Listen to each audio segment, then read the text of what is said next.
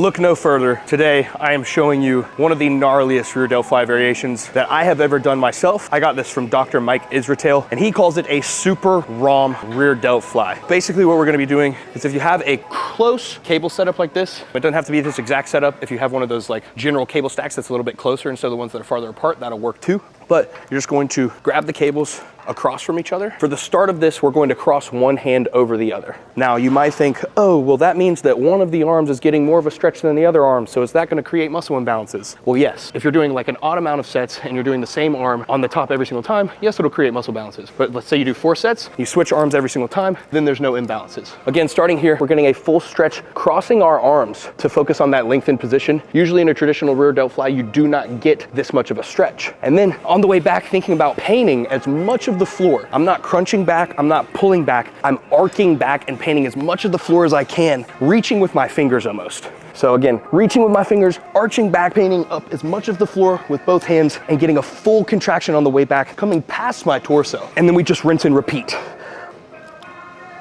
Oof. Now, if you do this right, you do not have to go very heavy because the range of motion is insane and is an incredibly humbling movement. Oof. And again, if you're using that cue correctly, it should dramatically increase the load that you can use because you're actually going through the movement pattern properly. But you should feel your rear delts light up. And that's what we want. We want to lower fatigue and increase muscle stimulation. And if that means we have to do lower weight, then so be it. Oh,